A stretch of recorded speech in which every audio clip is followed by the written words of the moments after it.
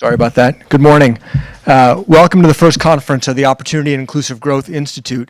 The Institute's a new Federal Reserve initiative aimed at conducting world-class research to measure, analyze, and make recommendations to improve the economic well-being of all Americans, with a particular focus on the structural barriers that limit full participation in economic opportunity and advancement in the United States. Our hope is that this work will help the Federal Reserve System as a whole achieve one of our primary goals that Congress has given us, which is maximum employment for all Americans. Our hope is to generate important insights for not just the Federal Reserve, but for other policymakers to take and to put into practice. This is a multidisciplinary approach that obviously includes economics, but also includes education, law, public health, public policy, and sociology. Now, let me tell you the background of the Institute. So I've been at the Minneapolis Fed. I'm Neil Kashkari, president of the bank. I've been at the Minneapolis Fed for a year and a half. And one of the big surprises for me coming to this region was the extent of the disparities even in our region. Now, Minnesota as a state has a lot going for it. It has a very diverse economy with most major sectors of the U.S. economy represented here. That diversity is a source of strength. We have overall a very educated workforce. On average, we have very good schools compared to the nation. And yet, even with all of those strengths, Minnesota has some of the biggest disparities in the nation. And these disparities obviously are all around the country, but I was surprised that they also are here in Minnesota. So I started asking questions of our researchers here at the Minneapolis Fed and around the country. Why do these disparities exist? What are the structural factors that make them so hard to fix, so hard to close? And one of the data points that I used that many of you know, which was so surprising to me, was that in America today, African-American unemployment is twice white unemployment. But in good economy or bad, recession or booming economy, it's always 2x. And if you take college graduate against college graduate, it's also 2x. If you take high school dropout against high school dropout, it's also 2x. So I started asking why. And to be honest with you, I got very few good answers. And so as I talked to more and more researchers around the Fed system, we realized that we probably can't solve these problems with monetary policy. It's too blunt an instrument. You can't target it. But if we could target our huge research capability to help analyzing some of these problems, that's a contribution we could make. Much like this bank with Art Rolnick and Rob Grunwald and others, did work in early childhood education. We can't solve education issues with monetary policy, but if we can do the analysis and arm fiscal policymakers with the data that they need in a non-political, non-partisan manner, that's an important contribution for us to make. And I think that this bank is very proud of the fact that the state of Minnesota is taking early childhood education forward, in part on the work that was pioneered here in many cases. So that's what we're trying to do. Now, we don't want to duplicate the excellent research that is being done at universities around the country. A lot of you are here in the room today. But we are asking you to help us figure out where are the research gaps, what is the comparative advantage that the Fed has, where should we target our focus so we make the biggest contribution we can in complement to the work that you all are doing. And that's the point of today's conference. First of all, I want to thank our board of advisors. I asked our economists who are the best researchers in the world doing work on these topics. And they gave me a long list and I started calling them. And much to my pleasant surprise, when I invited them to partner with us and work with us, they all said yes. And that speaks to, I think, the importance of these topics and also the role that the Fed has to play, potentially the positive role we can play. So thank you to our board of advisors, many of you who are here today. By the way, each of you normally in any other conference would be the keynote speaker, but we couldn't fit 12 keynote speakers in a day-and-a-half conference, so we've had to shoehorn you into these panels. But it's very important for us to level set at the kickoff of this institute to hear from you. So again, you can shape and target where we go from here. That's why you're all here today, and we really appreciate your participation. Secondly, a big part of our initiative is our Visiting Scholar Program. We asked all of our advisors to recommend excellent scholars who could work with us, come to Minneapolis and partner with us. Many of you gave us recommendations. We set a goal of recruiting 3 to 5 people to partner with us and work with us here on site. We ended up with 17 because we had so many excellent applicants. Everybody that you recommended who in turn applied, we said, yes, come join us. Some are coming for a short period of time. Some are coming for a few months. Some are coming for up to a year. Thank you all for being here. I believe we have 3 of our visiting scholars here today. Mark Colas, Lisa Cook, who I was chatting with earlier, Elena Pastorino. Thank you for being here. Thank you for working with us. Third, I want to thank researchers from across the Federal Reserve System. This is much more than just the Minneapolis Fed. almost the entire Federal Reserve System is represented here in some capacity. This is about getting the Federal Reserve System to put our brain power and our research capability behind these problems. And so I want to thank all of my colleagues from across the Federal Reserve System who are here today. And then finally, other leaders who are here, local leaders, many members of our board of directors of the Minneapolis Fed are here today. Thank you for being here. Members of the press who are here, those at home who are watching this on the live stream. I'm doing everything I possibly can to increase transparency into our work. And so for all of you being here to speak up, to share your ideas, and importantly, to get the message out, thank you for your role. I very much appreciate it. And so with that, we have a very full day. I'm anxious to get going. You didn't come here to listen to me. I came here to listen to you. And so that concludes my introductory remarks, and I want to turn it over to Dave Altig, who is the very successful and very respected research director at the Federal Reserve Bank of Atlanta, to kick off and moderate our first panel. Thank you, Dave. Thanks, Neil.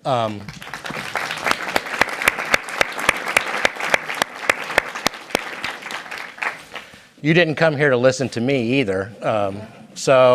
I'm going to forego any lengthy bios of our panelists. If by some chance you don't know who they are, I invite you to consult the Google God.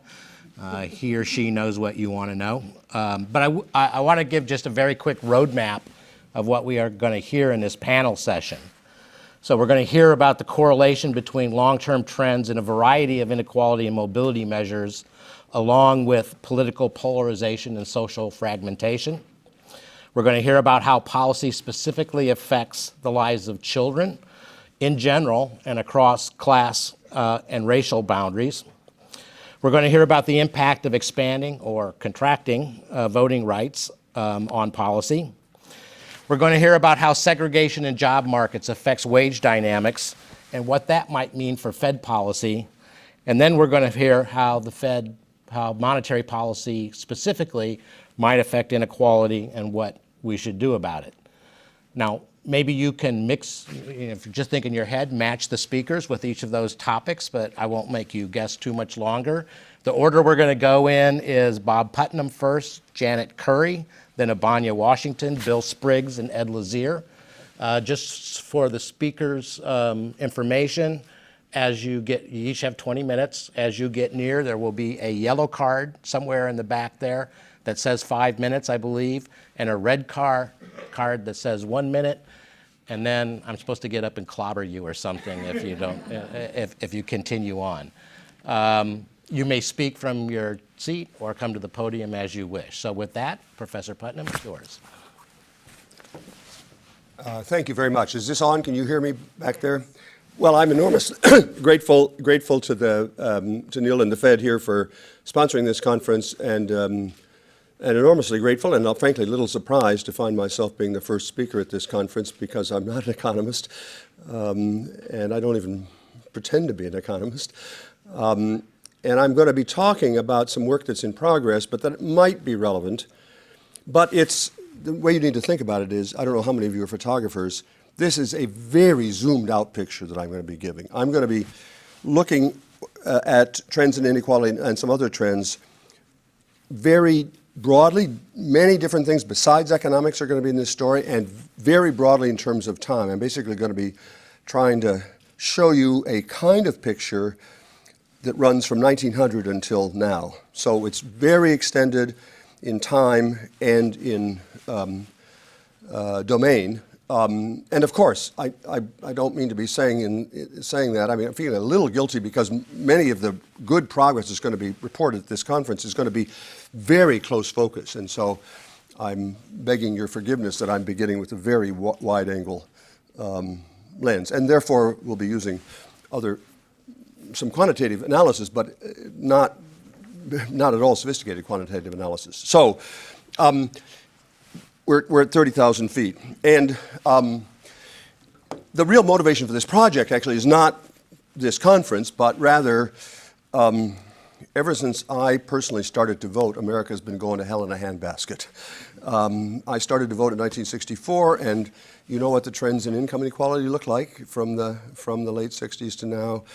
When I first started to vote, 75% of Americans said they could trust the government to do what's right most of the time. That figure is now 7% or 8%, I think.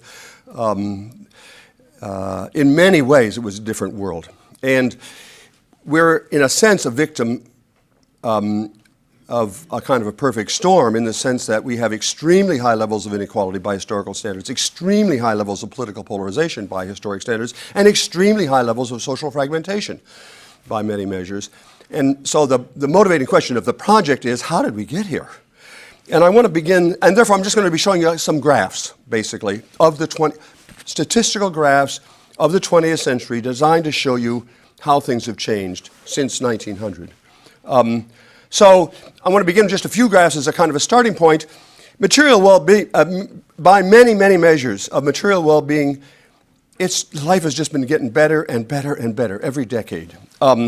It's been getting longer every decade. This is trends in life expectancy. All the graphs I'm going to be showing you, in order to put them on the same graph, are all standardized variables. That is, they're not, the unit of analysis across the charts is going to be a little different, because lives here and the next one's going to be dollars. But in order to show you the basic pattern, I'm using standardized scores. That's the vertical axis. This is life expectancy. It's gone up basically every year. The first 2/3 of that improving life expectancy is basically conquering childhood diseases, and the last third of it is basically Lipitor and heart surgery and so on.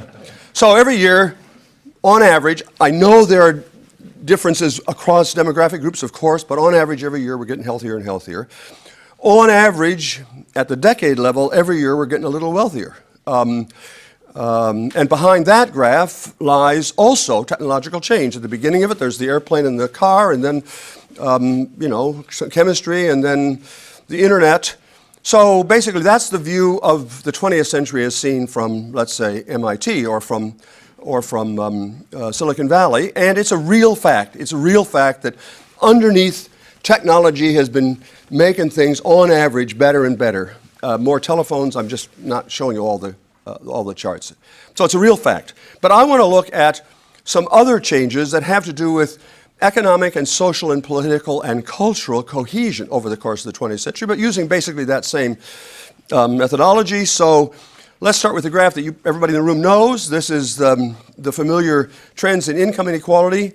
I've just flipped it so that it's just so that up is equal, and as I say, probably everybody in the room knows this graph and knows a lot about it, maybe much more than I do, but that's trends in income inequality, trend over the course of the 20th century. I don't know if you can see the horizontal axis here, but the horizontal axis, as in all of these graphs, begins in 1900 and goes to basically to as close to today as we can get from the available data. How about trends in wealth equality? It also has essentially the same shape, although you can see that there's a lag of about, roughly speaking, 20 years. It essentially takes 20 years of very high incomes to be able to buy your first airplane. That's the sort of pattern there. And as I say, very familiar. I'm now going to go to some dimensions of social change in the 20th century that may not be quite so familiar to everybody in the room. These are trends in what I and others call social capital. Social capital just means social networks, the degree to which Americans have connected with other people. This happens to be a chart that's based on a book called Bowling Alone that was published about 20 years ago, and looks at changing membership in various organizations. Underneath that line are the fraction of all women the fraction of all Jewish women who belong to Hadassah, and the fraction of all kids who belong to the Scouts, and the fraction of all middle-aged males who belong to one of the animal clubs, that is, men's clubs in America turn out to all be named for animals: Lions Club and the Moose Club and the Elks Club and the Eagles Club and so on. So I've put together 40 different organizations, and that's the trend in organizational membership. You can see that there was an impact of the Great Depression on group membership. Many organizations lost half their members between 1930 and 1935, and then it comes up again and then tails off. Now, as another measure of the way the society fits together is philanthropy, the fraction of income given, that is, personal gifts, as a fraction of total personal income. So foundation giving is not included here, but when you put money in the church offering plate, or when you write a check to some good cause, it's here. And as you see, that actually it looks now like there's some similarities across these patterns. The data there began in 1929, and basically for the first until about actually the peak is 1964. That's when I started to vote, and my starting to vote triggered a collapse in generosity in America, and it's continued down. So now another aspect of American society that is of interest to some people is union membership. And this is trends in union membership. Probably many of you, if you happen to be a labor economist, you know very well what that graph looks like. I just thought I'd put it up there because it's a kind of interesting echo of some of these other patterns.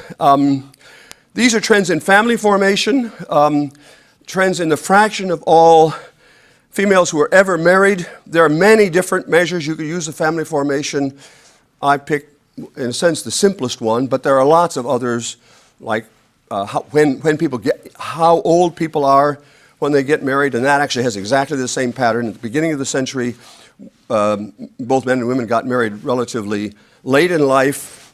That women and men got married earlier and earlier until the peak, and then now, as you know, this part of the graph. In fact, many of you will know that half of these graphs because there's been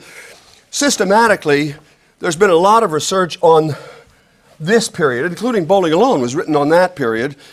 And if there's any novelty, the data that I'm showing, it's that I've just gone back and said, well, what was happening before the world began in 1964? And this is that graph. Actually, every one of the graphs that I'm going to show you, I think every single one, there's a literature about it. There's a literature about the rise and fall of labor unions. There's a literature about the changing patterns of family formation. There's a literature about bowling alone and dropping out of clubs. There's a literature, of course, as you all know, about the rise and fall of income inequality. And all I'm trying to do is to put all of those stories, which are mainly not told in the same discipline or in the same frame, all of them together. Now to go to politics. This is a measure of cross-party collaboration, the degrees to which Republicans and Democrats in Congress collaborate to produce legislation. And again, there's a literature in political science. This is a big deal. So there's a whole literature in political science about this pattern.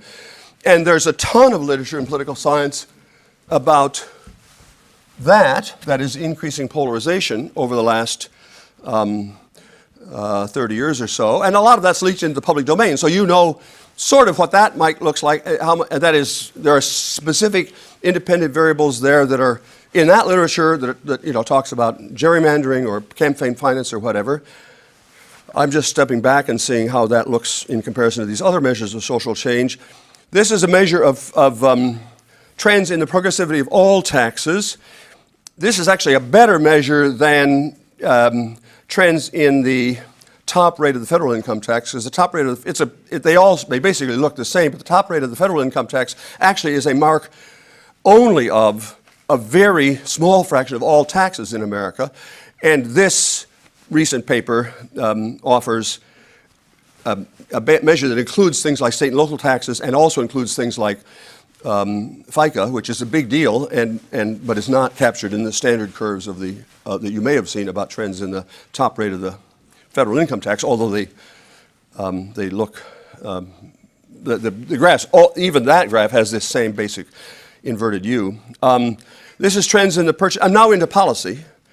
So the previous graph was about trends in fiscal policy. This is a trend in regulatory policy. And again, there are theories about why that looks that way. Now, I'm sort of here relying on Occam. That is to say, you could have all of these, whatever it is, and there are more, I'm just trying to shorten here. You could have all these graphs and have a different explanation for each one. But if you step back, it seems to me at least reasonable to ask, well, how could they all accidentally have this same shape if they were all responding to, I mean, Putnam says, for example, the bowling alone thing, Putnam said that was about TV. But is it a good idea to have a different explanation for each one of these curves, or was there something big happening in America over the course of the 21st century that in a way affected all of these things? Now, of course, the first thing that anybody would think of, including me, was it was sort of economic determinism, that this is all determined by trends in inequality, that inequality itself caused all these trends. But that seems pretty implausible when you look at the curves, because the last curves to turn, by about 15 or 20 years, if you look at in detail at the numbers, are the measures of income and wealth inequality. They're the last to turn.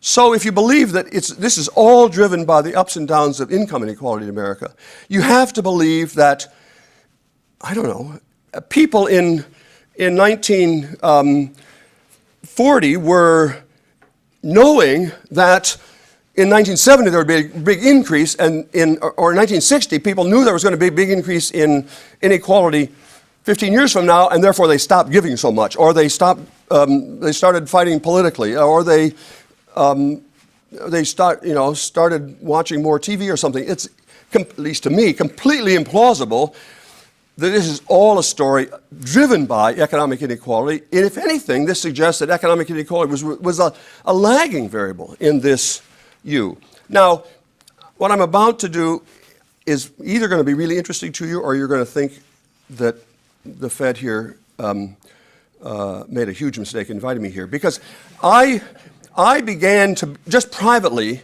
to be thinking about all of these trends together as, this was my private label for it, a trend from I to we to I. That is, back here we were very focused on individual interests, that we became more and more focused on collective shared interests there, and that somehow, because I began to vote, that triggered a movement toward a more individualistic, less communitarian kind of move. And if you know raise your hands if you know what engram means. None of you know engram? Oh, this is a wonderful, it's a game. It's not a game. It's Google has digitized all books published in America over the last 200 years. Everything, cookbooks and kids' books and mystery stories, and in there someplace are tomes on economics and social science, but that's a tiny, tiny, tiny fraction. And so and you go to Ngram, you could do it right now. Go to Ngram, that's the website, and type in any word you want, and because it's all digitized, within seconds it will tell you how often that word appeared in the publications of the books of a given year. So you can look at, over time, if this is, say, 1900 and this is now, or 1800, you can look at trends in the frequency of the word Lincoln, and it looks like that, and then you can see the frequency of people's attention to Lincoln. Or you can look at laser, and laser looks like that. Basically, it goes up when the laser was invented. You could look at the word the, which is one of the most common words in the English language, and that looks like that. There's been no change in 200 years in the frequency of the word the. If you use words like individualism or communitarian, it turns out those words are extremely rare in cookbooks and kids' literature and mystery stories and so on. So you're only looking at trends with respect to a tiny little fraction of the body of literature. So I thought, well, wouldn't it be, what's the simplest way to do this, to look at long-run trends? And I decided to look at long-run trends in the frequency of I, the word I, and the frequency of the word we. And I constructed a ratio of the frequency of the word we to the frequency of the word I. Keep in mind, this is an extremely diverse database, right? So it's everything. It's, novels and chemical textbooks, medical textbooks, and so on. So here's the trend in the ratio of we to I in all American books from 1900 to 1960. It turns out that the peak, I first voted at the peak of we relative to I, and so I not only affected the whole distribution of income and whether people went to clubs and how generous they were, I even affected the words we used, the difference between the first person singular and the first person plural. Now, if you were to unpack that, I'd be delighted to do this with you. If you were to unpack that, it turns out that most of the variance in that curve is driven by the word I, not the word we, because I is a much more common word. And so in terms of variance, the reason I say that is I want you to know this is not, I'm not blowing up trivial little differences. Between here and today, in all American published books, not articles, published books, the frequency of the word I has doubled over the last 40, 50 years. And if you think, that can't be true in gardening books, or it can't be true in children's literature, so you can rule out certain literatures in which it can't be true, that means it's even more true in the mystery stories or whatever. Now, I recognize that I've now enticed you to begin crossing the line between real hard science and, these are real hard numbers, but into culture.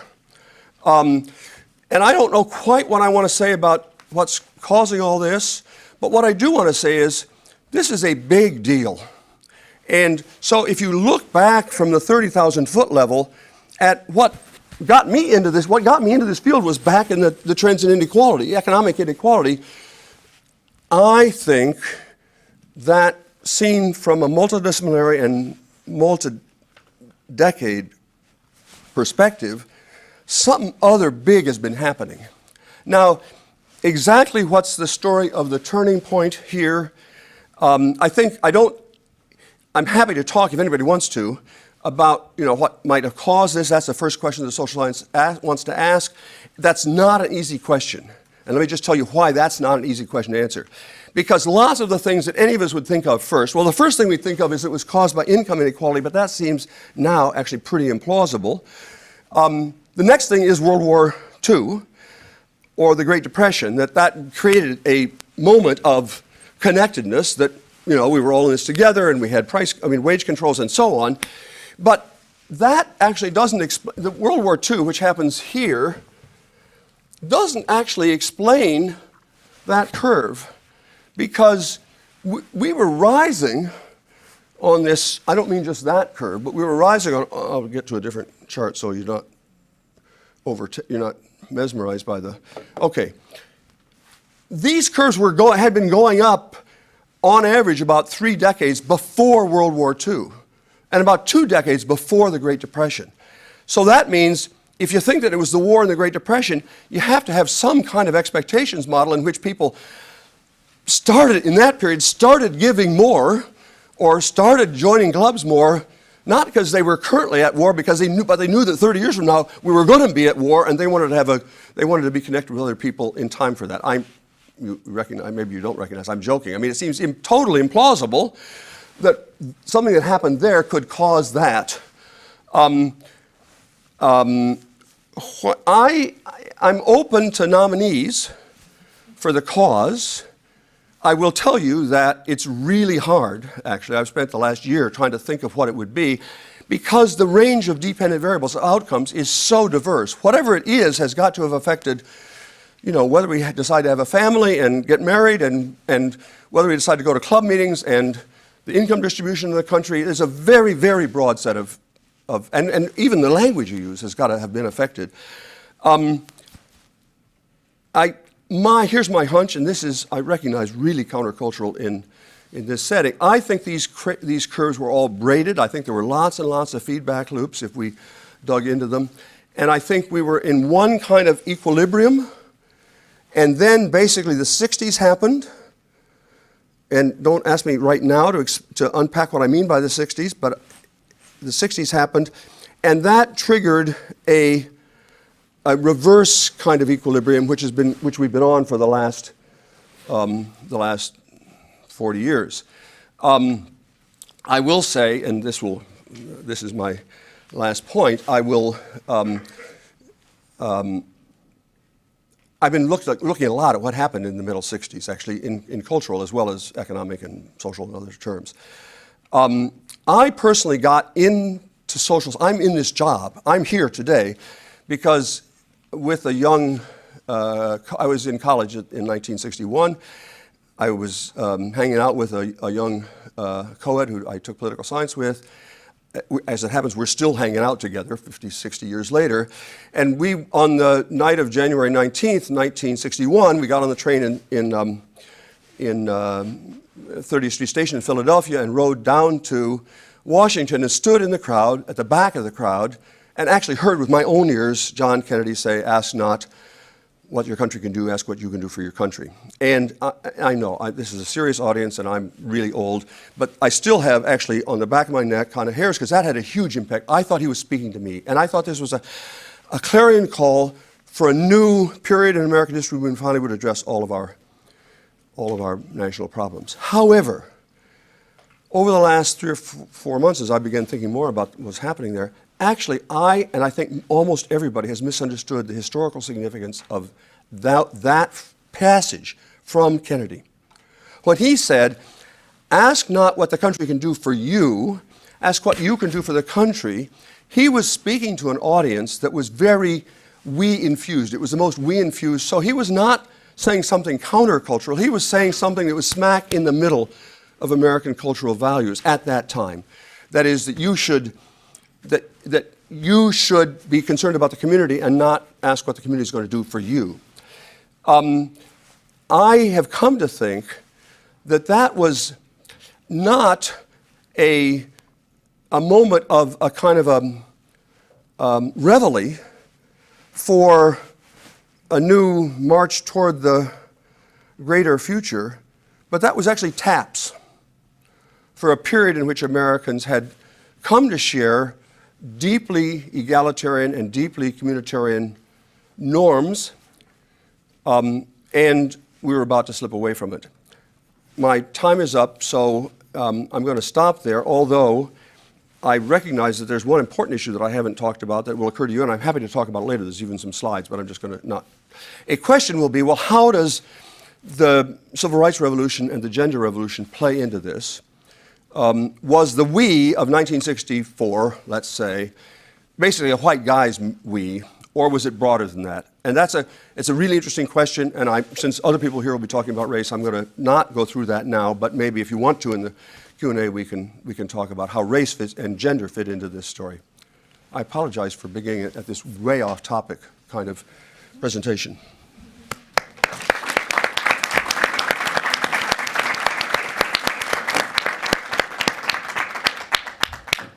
Thanks, Bob. I think we can probably all agree that maybe it'd be a good idea if you stop voting. Professor Curry, you're up next. Okay. Thank you. So that was a tough act to follow, but I'm here to tell you that not everything is going to hell in a handbasket. And in particular, I'm going to spend a lot of time talking about one of the curves that Bob showed you, which did not look like all the other curves. And that was the one on life expectancy. And I'm really going to drill down on what's been going on for children, which is remarkably positive. And so I want to argue that we should pay attention to what's going on with children. We should understand it because children are the future. And if we understand what's going on for kids, we'll have a better idea about what's going to be happening among adults 20, 30, 40 years from now. So let me see if I can make this thing work. Eddie, It's the green. it's the green one? Oh, yes. Okay, great. Thank you. All right. So we've all seen a lot. You can see I'm technologically challenged. We've all seen a lot of headlines like this one. This was the one that actually got me interested in looking at this topic. Lifespan shrinks for least educated whites in the U.S. And the kind of data that the article showed was like this, where you could see that life expectancy at birth for, in this case, white females at age 25 had fallen for people with less than 12 years of education. And you can see it going up for the other groups, especially for the college educated. And so this, on the face of it, really looks like inequality in mortality, where it's going down for the less, life expectancy is going down for the less educated and up for the more educated. The problem with this is the following. If you look at the population shares, what's been going on? Well, you had a 66% decline in the fraction of white females with less than 12 years of education in that period. Okay, so the people who are left in that category are much more disadvantaged on average than they were in 1990. And that kind of selection makes it really hard to understand what's going on when you look at the health of those groups. Okay, so if you can't look by education, how should you look? Another way to think about it is, well, why don't we look by geographical areas? Okay, and if you do that, you run into a similar problem, which is that people are mobile, and in particular, able-bodied, ambitious people don't stay in a depressed area. They go somewhere where they can get a job. Okay, and if you look at what's been going on in life expectancy, in this graph, what I'm trying to show is places that have had the biggest increases in life expectancy and the biggest decreases in life expectancy. So the yellow dots here are the counties with the biggest gains in life expectancy, and actually some of them are left out because some of the ones with the biggest gains in life expectancy are in New York City, where you've had a huge influx of healthy people. And then the red dots are the places with the largest declines in life expectancy. So what you can see is that the red dots tend to be in places where population was decreasing, and the yellow dots tend to be in places where population was increasing. And that just shows, as it was saying, that healthy people are moving to where the jobs are. So even if you look by county, it's a little bit difficult to understand what's going on with mortality. So what I've done in a couple of papers is to try and get around this problem by first ranking counties from richest to poorest, and doing that in each census year, then grouping counties into bins that have approximately equal numbers of people. So say 5% of the US population in each bin. Then we can say, okay, in 1990, let's look at the counties that together accounted for the poorest 5% of the population, and let's look at the counties that together accounted for the richest 5% of the population, and let's look at what's going on in mortality in those counties. So if you do that, you can look at mortality at all ages, which I'm going to do, and you might wonder, well, why do you do that? Because most people who die are old, and this is true. But deaths among children and infants are kind of widely looked at as an indicator of population health. And even among the children who don't die, we believe that you get a shift in the whole distribution of health. Right? So even if the marginal child who didn't die is less healthy, you still have many more people who are healthy as a result. Okay, so it's a kind of meaningful indicator of child health and not just of the deaths. Okay, so if you arrange the data this way, you can make graphs like this, which is a little complicated, but let me try and explain. The blue triangles here are mortality rates in 1990. And along the x-axis, we have the poverty percentiles. So on where it says 0, that's the richest counties, and where it says 100, that's the poorest counties. Okay, so the lines are upward sloping, indicating, as we know, that mortality is higher in poorer places. Right? So you expect all of those lines to be upward sloping. Okay, so blue is 1990. One of the things that jumps out at you is the huge disparity in mortality rates between whites and African Americans, especially in 1990. You also see disparities for males and females. That's a very persistent feature of the data, that men have higher mortality rates. This is for children aged 0 to 4, but men have higher mortality rates at every age. Okay, so if you look at the other two lines, there's a green line and a red line. What are those? Those are for 2010. And the reason why there's two different lines is because we started allowing people to be multiple race in the 2010, well, before that, but in the 2010 census, people are allowed to choose more than one race category. And it actually makes a big difference what your denominator is when you're counting a death rate. In the mortality data, you only have one race, but then you take the number of deaths, you divide by how many people are in the category, and how many people are in the category depends on how you count race. Okay, so you can see that for children 0 to 4, there's actually enough people in the multiple race category that including them lowers the death rate quite a bit, which I think is interesting because we think of race as being such a well-defined thing, and here it's changing before our eyes in terms of how people are counting themselves. Okay, so what do you see if you compare 1990 and 2010? You see a big decline in mortality for all of these groups, a really gigantic decline for African American children.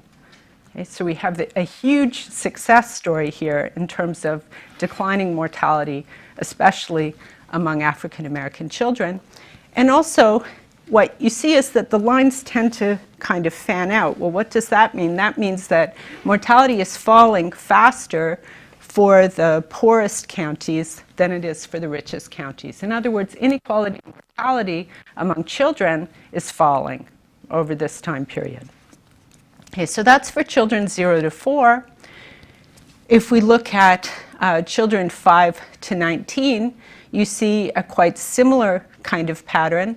Here, what was really stunning in 1990 is how big the mortality rates were for black males and how much they've declined, especially in the poorest counties. Yeah, you also see a real decline for white males in the poorest counties. Okay? And across all groups, you see declining mortality. Okay? So this is not what you've been reading about in the newspapers, but it's there when you look at the data. Okay, now, if we look at middle-aged people, now we start to see a little bit of what you've been reading about in the newspapers. If you look at white females, the red and green line is above the blue line. In other words, mortality has actually increased for white females in this age category. Some of that is the opioid epidemic, but I doubt whether it's all of it because it's just not enough deaths to drive that. For black females and for black males, you still see declines in mortality. And then for white males, it's a little bit muddied. You see declines in mortality in the poorest counties, but not much going on in the other counties. Okay, so this is the sort of crisis that we've been reading about is shown in this graph by the increasing mortality for white middle-aged females and not so great progress among white middle-aged males. But again, for African Americans, still a lot of progress. Okay. And then for people 50 plus, here you see, again, declining mortality, a little bit different pattern in terms of inequality, especially among white females, that mortality was falling more in the richer places than in the poorer places. So here you have increases in inequality and mortality. Okay, so in terms of some underlying driver, like income inequality driving all of these trends, we often tend to think, oh, if there's increasing income inequality and if income is related to health, then there must be increasing health inequality. But we're not seeing that for kids. We're seeing quite the opposite, which suggests that the underlying story is more subtle.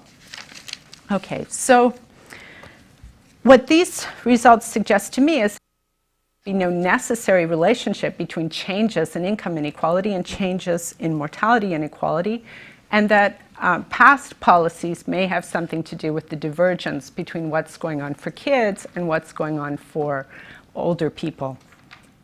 Okay, so what policies then are likely to have played the greatest role? There's a lot of candidate policies. We've actually been doing a lot for kids over the past 20 years. We have a lot higher spending on children, especially spending on Medicaid. Another thing that could be driving some of the changes are changes in smoking behavior, although that affects mainly older people. And then we also have a lot of changes in pollution, even over this period, 1990 to 2010, that I've been looking at. But I think Medicaid is probably the big one. So here I've tried to just graph changes in spending on kids between 2002 and 2015, some of the major categories. For Medicaid, I've tried to parcel out the spending that's on kids, because in Medicaid, a really important thing for people to keep in mind is that most of the spending is actually on disabled and elderly people. So most of the people who get Medicaid are kids, but most of the spending is on the elderly and disabled. And that causes a lot of confusion, I think, among policymakers. But anyway, you can see that relative to spending on the other programs, the spending on Medicaid in recent years really dwarfs that. Okay, now this spending happened as a result of expansions of the Medicaid program starting in the late 80s and continuing into the 90s. So what this figure is trying to do is just show how kids were eligible for Medicaid. This is a result, here I'm grouping in CHIP for people who know about that. So what this is showing is that we went from a situation in 1986 where 15 to 20% of kids, depending on their age, were covered by Medicaid, to one where 40 or 50% of kids were covered by Medicaid. So all poor kids up to age 19 are covered by Medicaid, and many kids in families with incomes up to 200 or even 300% of the federal poverty line are covered by Medicaid. So that's a huge difference. What that means is that for a hospital, a kid who shows up to emergency, the hospital knows that that kid is probably covered. If they treat that kid, they're going to get paid. Okay? And I think that has made a huge difference in the way that children are treated.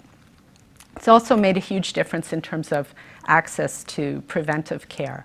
Okay? And I think it's important to note that this has nothing to do with the ACA. This is something that happened as a result of bipartisan agreements over a period of time that kids should have access to health insurance. Okay? The current discussion about changing the way that health insurance is covered would roll back some of these changes. Okay, so this variation came in at different times in different states, and so that can be used to see what the effect is. And there have been a number of recent papers taking this first cohort of kids who were covered, children born after September 1, 1983, and following them up into young adulthood. Several papers by different groups of researchers have shown that there are long-term effects on the health, earnings, disability status, and even on the amount of taxes paid by children who gained health insurance coverage as a result of these expansions. So I think this is huge in terms of explaining the differences that or the decreases in inequality and mortality that we see. Some of the other changes that have also been driven by public policy have to do with smoking. This is data from the National Health Insurance Survey looking at whether people ever smoked.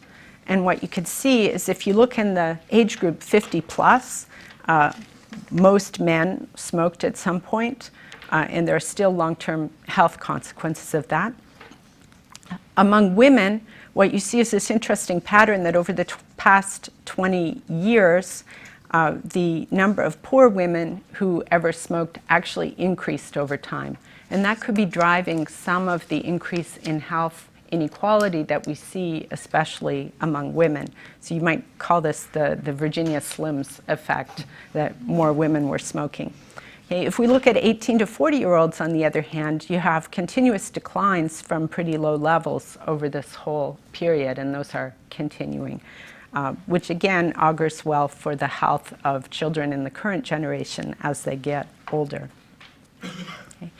If we look at criteria in air pollutants, it's also interesting to see these are the ones that are required to be tracked under the Clean Air Acts. So the Clean Air Acts came in 1970. There was a huge decline from 1970 to 1990 in the amount of pollution. This is looking from 1989 up to the present, and you can see that the amount of pollution in the air continued to decline. This has had large effects on people's health. Children, pregnant women, and the elderly are especially vulnerable to the effects of pollution. And so this could also underlie some of the improvements. Okay, so just to summarize then, even in a time of growing economic inequality, there were strong reductions in mortality among the poor, especially among poor children. Mortality among poor children improved at a faster rate than among rich children, reducing inequality and mortality among children. I think what this shows is that policy can buffer the health effects of economic inequality. And since health in childhood has long-term effects, we can expect sustained improvements in the health of the current younger cohorts as they get older. Okay, so that's it.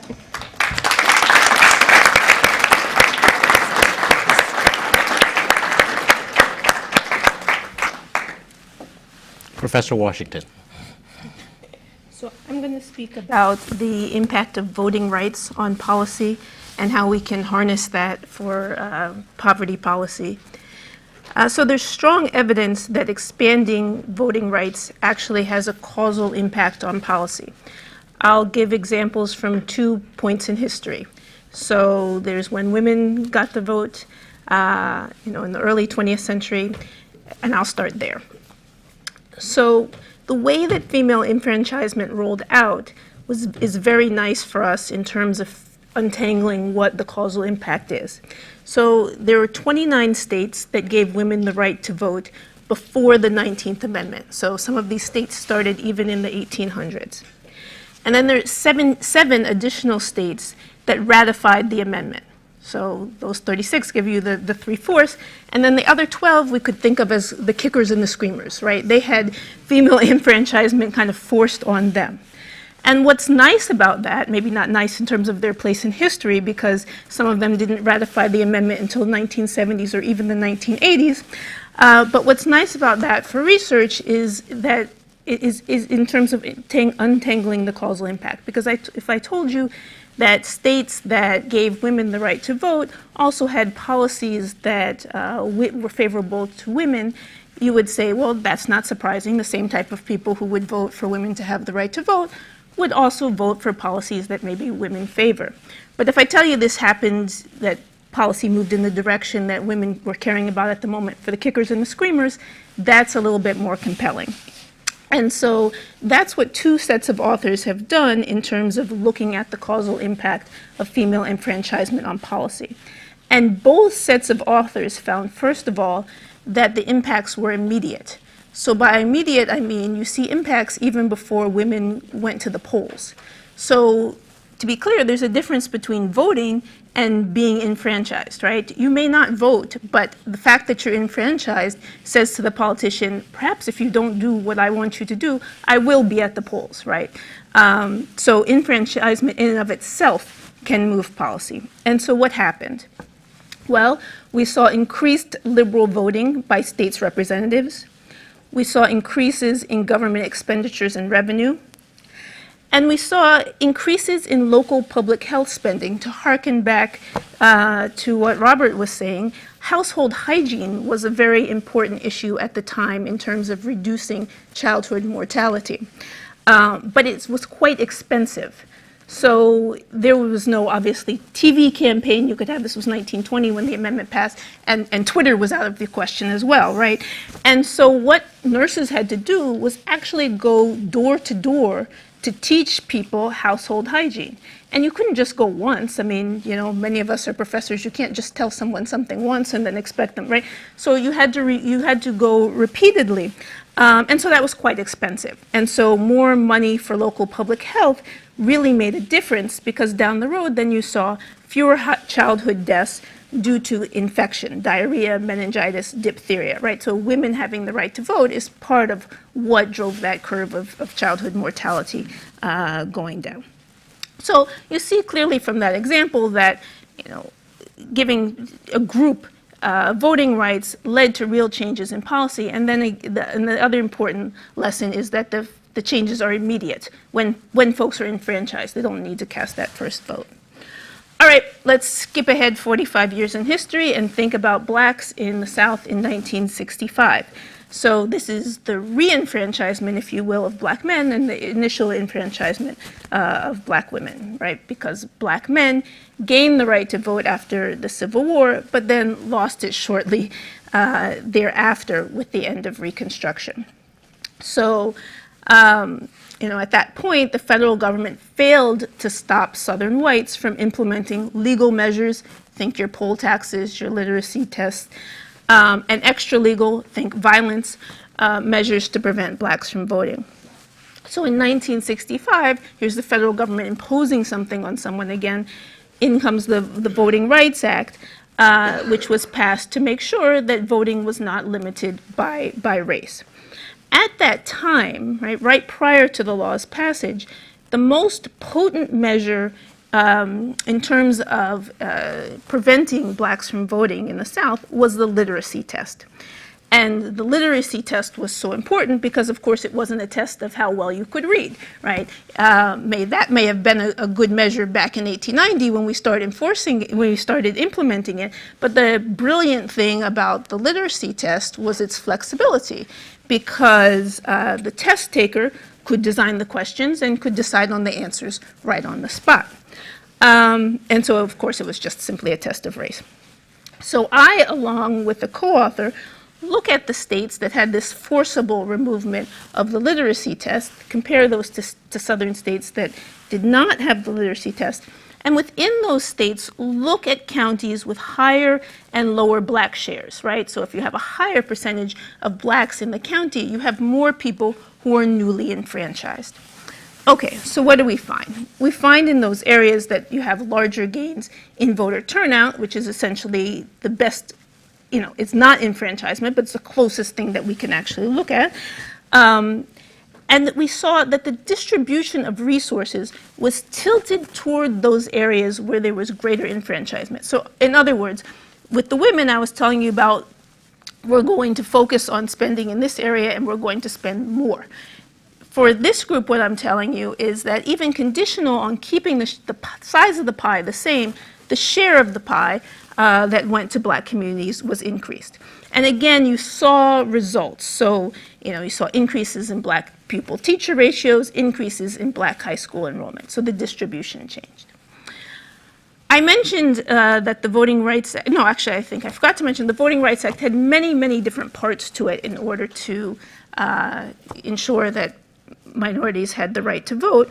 And even the smaller parts, by smaller I mean affected a smaller group of people, you can see the results in terms of voting. So an example is with the 1975 Voting Rights Act renewal. The government was thinking about language minorities. So these are people who are not actually legally disenfranchised, but if you can't read the ballot, then in fact that you are. Then you are. And so what the law changed there was that if an area had a certain percentage of folks who were language minorities of a specific language, or down the road they changed it, they added that if you have a certain number of folks who are language minorities, then there must be bilingual ballots. Okay, so very simple, and it sets up a very nice research design for the fellow who looked at it, because you can look at areas that are just above and below those thresholds, and it's quasi-experiment. These areas are very similar along most dimensions, but in one area the government was forced to put in these bilingual ballots. And so what do you find? Yes, you see increased turnout in these areas where people can actually read the ballot, big surprise. And then if you look at California Proposition 227, which restricted bilingual education, and you look at areas with large numbers of Spanish speakers, monolingual Spanish speakers, you can see the decrease in support in those areas where they had the ballots and were able to turn out to vote.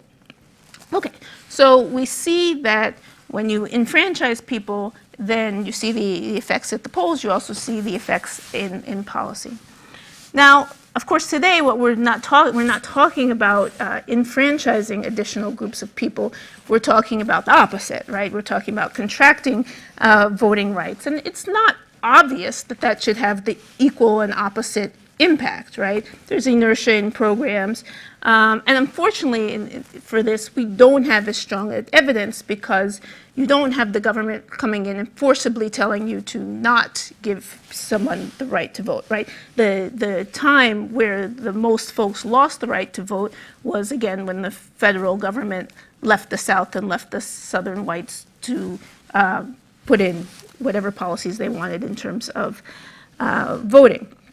So, and that was a fairly long time ago in terms of what the quality of the data is, and again, it's states making the choice. Nonetheless, this is clearly a very important point in history and has been looked at repeatedly, and all the evidence, it points to the fact that, again, there was a link between the loss of voting rights and not just all the other stuff that was going on, but a link between the loss of voting rights and policy in terms of reductions in resources for black education, more Democratic wins, decreased legislative support for civil rights. And of course, I mentioned the Democrats, but they were clearly not the party of civil rights at the time. Okay. But the modern day disenfranchisement that I'd like to talk about is those folks with a felony conviction. Okay, and that's a lot of folks, right? 2.5% of US adults cannot vote because of a felony conviction. In Florida, that's over 10% of adults cannot vote because of a felony conviction. Now, this disenfranchisement does not affect communities equally across race. So it's 7.5% of black adults or 13% of black men who cannot vote because of a felony conviction. The figure is of people who cannot vote because of a felony is over 20% in Kentucky, Virginia, Tennessee, and Florida. Okay, and sorry, that was of black folks who cannot vote. And I think it is not lost on anyone that I named several swing states in that list. Okay, I don't have figures for you on what fraction of people who are poor are disenfranchised, but if we think about when you come out of prison, what your prospects are in terms of employment, it's clear that that group would be overrepresented as well. To be clear, only a quarter of the people who are disenfranchised because of a felony conviction are in prison. The majority are done with prison and parole or probation, whatever the case may be. They've served out all of their time, but they still cannot vote. So the United States is unique among post-industrialized democracies. I think we're all aware for the number of people who are in prison, but we're also unique in terms of the permanence of disenfranchisement and the scope of crimes for which there is permanent disenfranchisement.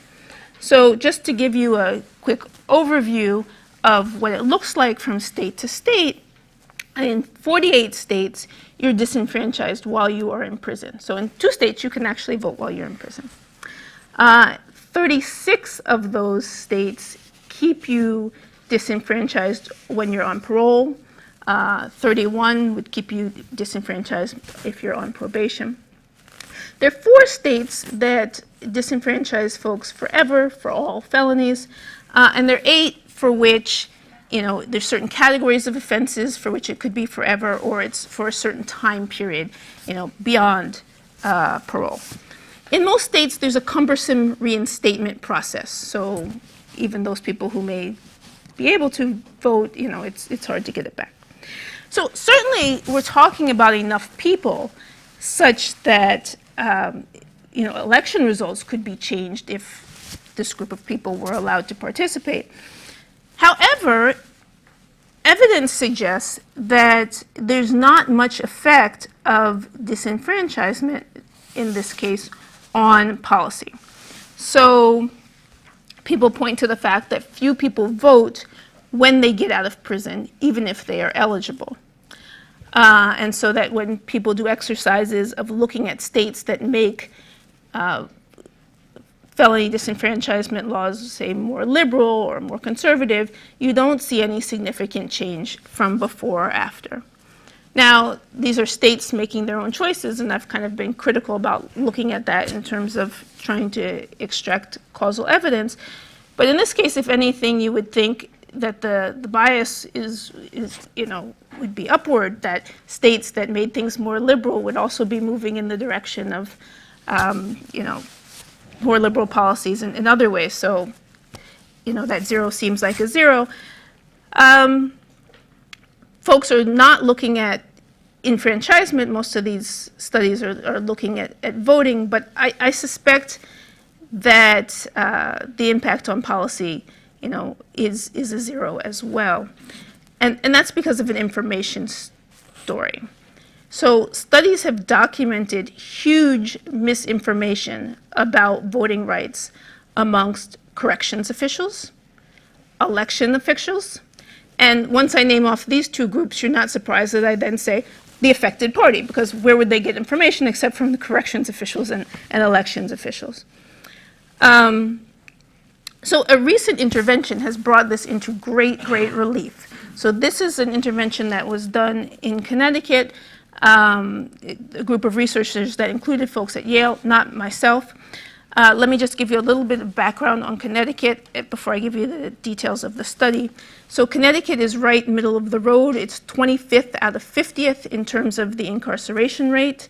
You can vote after you complete parole, but you must register. But just register. There's not a complicated reinstatement process. So Connecticut looks like other states in terms of that drop-off in voting before and after folks are in prison.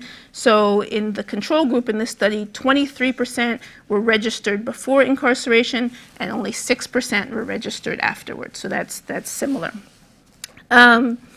So the intervention was simple. They sent people letters telling them they were eligible to vote. And that simple intervention increased registration in voting by 30%, or 50% if we consider the fact that 40% of the letters were returned to sender. So it's a hard population to reach, and it depends on your budget how well you're going to do this. But so that's double the effects of your typical get out the vote mailing, where you mail people and try to get them to the polls. So I think this simple study gives us important lesson about disenfranchisement and poverty policy. Now, we are, it's clear that these people with the felony convictions had some misinformation. We might be concerned that post-Shelby, so post the Supreme Court removing the part of the Voting Rights Act that said, states or localities who've been particularly egregious in the past, before you make any voting rights change, it must be reviewed by the federal government, right? That was the part of the Voting Rights Act that was taken out quite recently. And as soon as that happened, well, what happened? So the state of Texas, I believe on the same day that the Supreme Court decision came down, said, aha, so that voter ID law that the federal government said we couldn't put in place, it's now in place. Now, the Voting Rights Act, the rest of it still exists, and so one can sue under the Voting Rights Act. It's just not, it's just not the case that the government automatically would review these things. And so that's in fact what happened in Texas, and parts of the law were then rolled back. But it's a confusing time, post Shelby. It's, they're changing the hours of voting, they're changing where you can vote, they're changing the number of polling places, and which ID do I need, and then this law passes, and the other law, then it's rescinded, and so forth. And so you might think that people are confused about things as well, just as the ex-felons were confused. And so, it seems like one of the very simple things that could be done is to combat disinformation with information, right? Interventions that inform people of their rights, help them with procedures, should be implemented and tested. Because what we've seen from history is that when a group of people are knowledgeable about their voting rights, and the politicians know that these people are knowledgeable about their voting rights, then this can move policy in their direction. Thank you.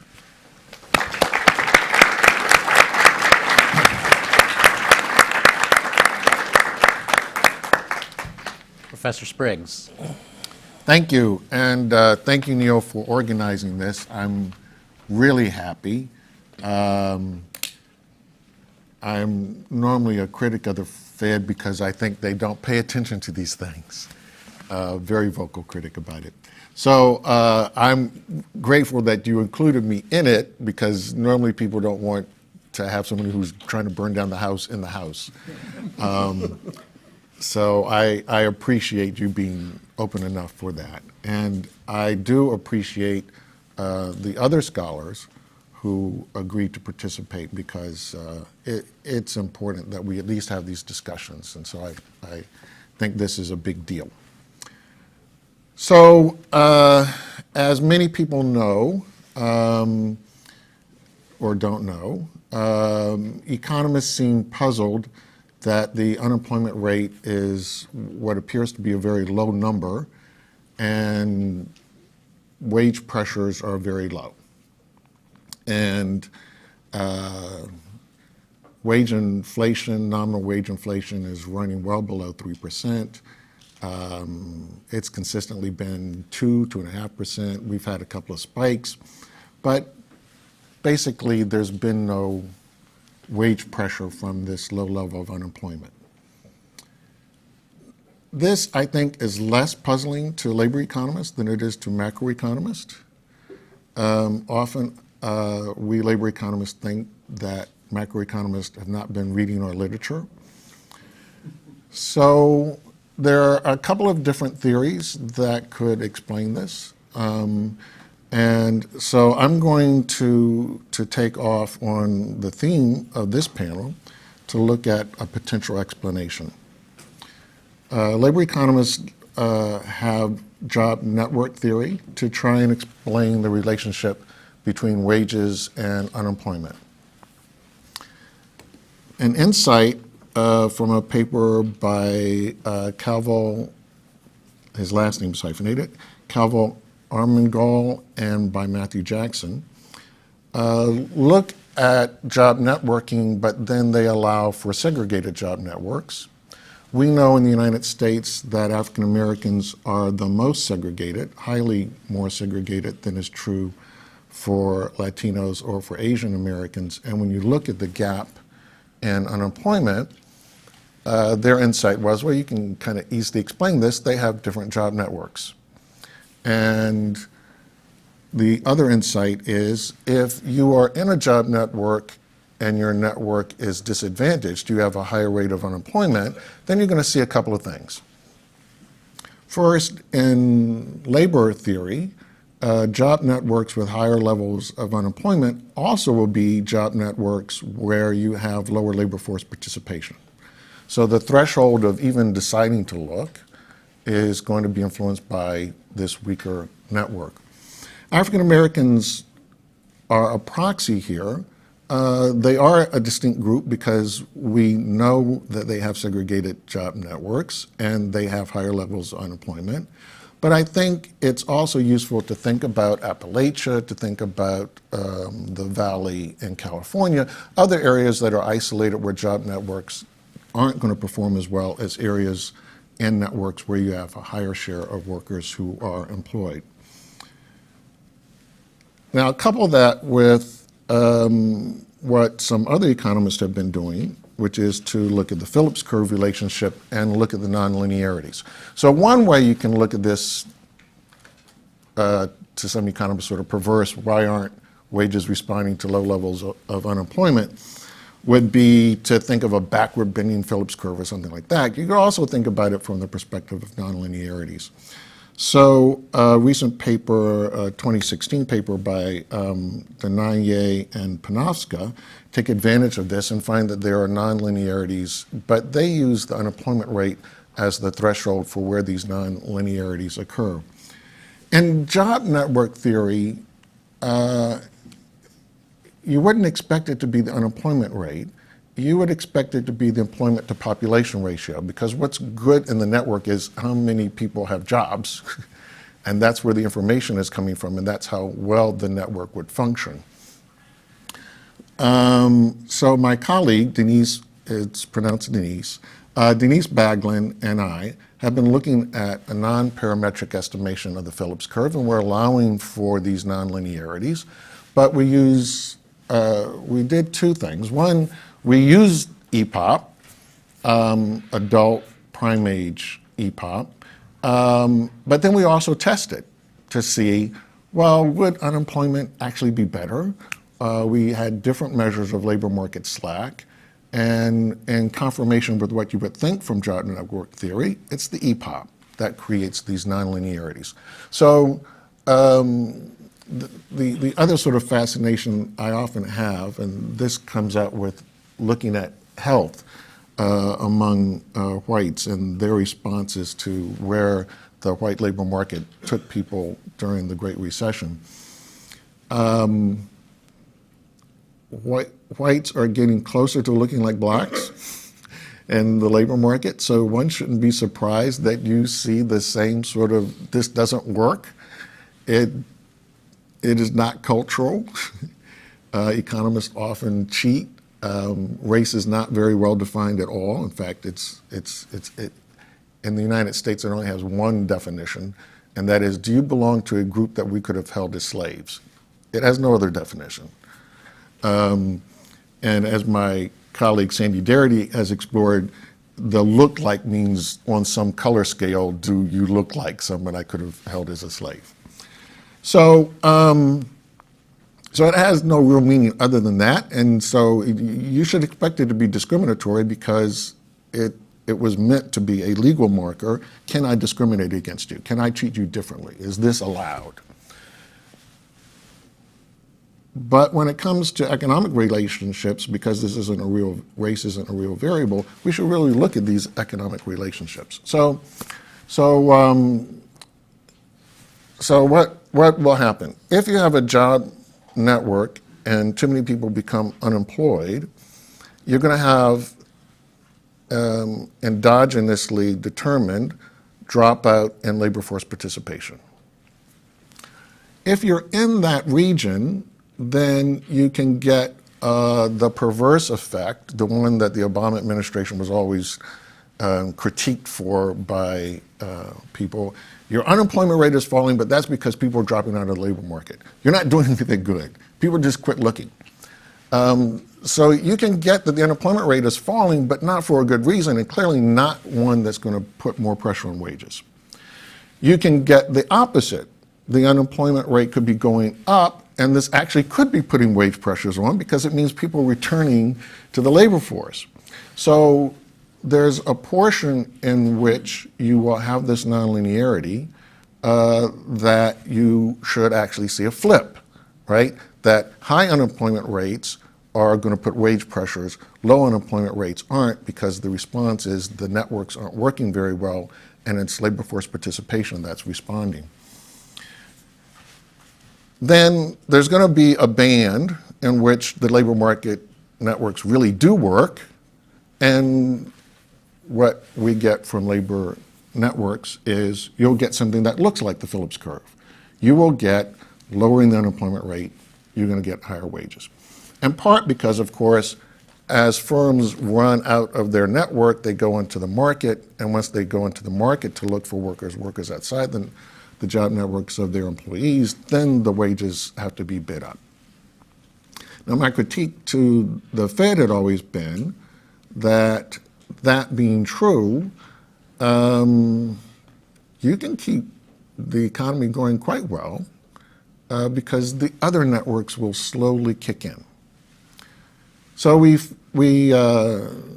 Denise and I fit this model, and it turns out that it fits just as well. The relationship between unemployment and wage inflation fits just as well if you use the unemployment rate, the official U3 unemployment rate, as if you use adult black unemployment. Fits just as well. But if you use adult black unemployment, you get a different look. Green. This one. No, green. Oh, green, that one. Okay. So this plots out, letting the coefficient vary. This plots out, so on the bottom is the employment to population ratio, which is our threshold variable. It's the variable that's going to pick up how well are networks functioning. Are they really clicking and humming, or are they not? And on the vertical axis, you have the coefficient that tells you what's the relationship between adult black unemployment and wage pressures. And you see when the lag EPOP for prime age is low, meaning that networks aren't going to function very well because a large share of people don't have jobs, and there's no one to tell you about jobs if they're not employed. You see the coefficient is positive. This is the region that I talked about where you get the perverse thing, that people entering the labor market would actually raise the unemployment rate and put wage pressures. People leaving the labor market in this situation, you're going to get less wage pressures. And so it's a perverse kind of region where you get that higher unemployment is bad. Higher unemployment puts wage pressures, lower unemployment doesn't. Then there's a transitioning period as labor markets start to kick in, and regime 3 is what would look like sort of a typical Phillips curve. You see that the response as the share of people employed goes up, the labor markets are starting to function the way you would think, and so the coefficient becomes negative, which is what we would think. We would think that we would have a Phillips curve response that would be negative. And then you see that there is this fourth regime. And it's the fourth regime that I think is the important insight here. So I showed you how the coefficient is changing and how it goes from positive to negative so that you'll buy that there really are four regimes, that when we did this test and did the sensitivity to it, there really is a fourth one. That fourth band really does look different than the third. So regime 1, this is where the prime age EPOP is less than 76.1%. You see there's really no response going on here. It does have this perverse upward slope that you would expect, but the labor market is clearly weak. The job networks aren't functioning very well, and anything happening in this region for unemployment isn't going to put very much wage pressure. And in fact, it's the opposite direction. Regime 2 is where we currently are. The adult prime age EPOP, and this is prime age workers, is around 78 right now. So we are still in the range where many of us have been arguing there's still lots of slack in the labor market. If you look from 2011 forward, you can see how this is possible. The whole gain in EPOP for adults has been driven by blacks and Latinos. The EPOP for blacks and Latinos have been going up, and you can see quite steeply recently. At the bottom of the Great Recession, black male EPOP hit its record low. If the idea that people were going to permanently drop out was going to be true, it should have been really true for black males, their labor force participation obviously fell when the black male EPOP reached these record lows. But since 2011, you've seen it all recovering. For the people who you would think there's no way they're coming back, if there's a story to tell about why people wouldn't want to come back. Wages haven't gone up that much, and prospects are still pretty dim. The unemployment rate for black males is now low for black males, but the EPOP still hasn't totally recovered, but it's moving in the right direction. So we're quite convinced people are still out there and would come back. There are other signs. If you look at 2012, 2013, you see a slow recovery in labor force participation for everybody, but it's more dramatic for blacks. But by the time you get to last year, 2016, and then into this year, you see why. People who are out of the labor market are far more likely to transition directly into employment than into unemployment. This is a bigger and bigger factor each month, that they're more likely to find a job than to just end up in the queue. And in late 2015 and then through 2016, people who are unemployed now are far more likely to find a job than they are to drop out of the labor force. So we are continuing to move in the right direction. The discouraged workers are going down. The discouragement level is going down. Regime 3 is that narrow band that normally characterizes the labor market. And it seems preposterously narrow. It's like 79.1 to 80.3. But the reality is, the reason why the Phillips curve kind of exists and why models that ignore labor force participation as an endogenous response to the labor market, well, because normally this is where we are. Labor force participation is relatively constant, and for prime age workers, you get this very narrow band in which we normally operate, and you get this relationship. But remember, the coefficients do something different in the African-American relationship when the labor market gets really tight.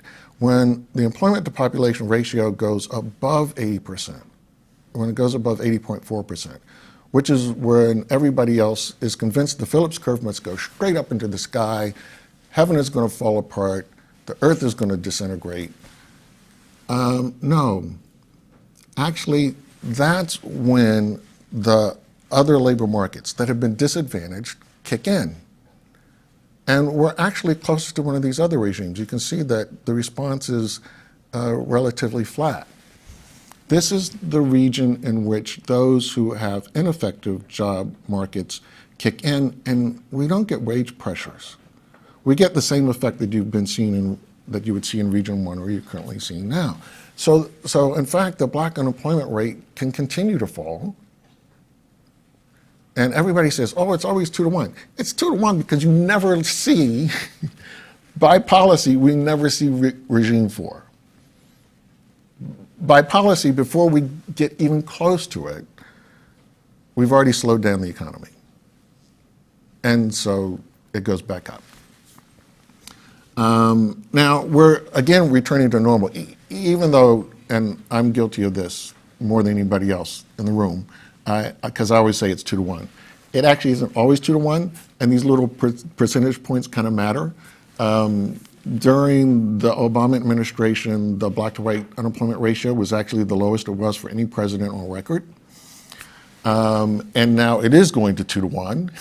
But when you actually trace it out, part of the reason it's going to 2 to 1 is we're getting closer to what looks, we're not there, but we're getting closer to what looks like a normal labor market, because the EPOP is recovering, the unemployment rate is recovering, discouraged workers are returning to the labor market. But on the other side of all of that, is something that we don't see. Now, this has, as I mentioned, a real impact. So the best black unemployment rate, so if you're Bill Clinton or as President Obama was leaving office, and everybody celebrates, you did a wonderful job. Yeah, but 8%. You know, if the unemployment rate is 8%, that's when we vote you out of office. You didn't do a good job. If you get black unemployment 8%, that's when we start saying, oh, you know, what a wonderful president. You were really great. This 2-to-1, I think as you mentioned, Neil, has nothing to do with education, has nothing to do with test scores. You can use what we have from the OECD, you can use the AFQT. This 2-to-1 has nothing to do with those things. This is not a skills gap. And as you pointed out on the college unemployment rate, and people always yell at me when I say this because they, well, it's not comparable. They're not in comparable labor markets. But nonetheless, there's a reality to this.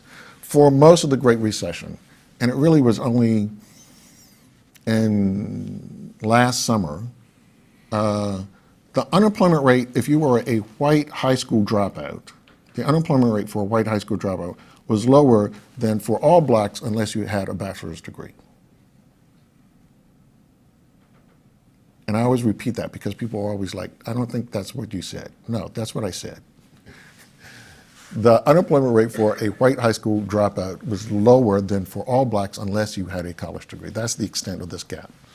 So, so I think it's very important to think about listening to labor economists and our other theories and how unemployment may be related to wages and how those markets may actually work differently, and that these theories actually look correct when you try and test them. So, thank you.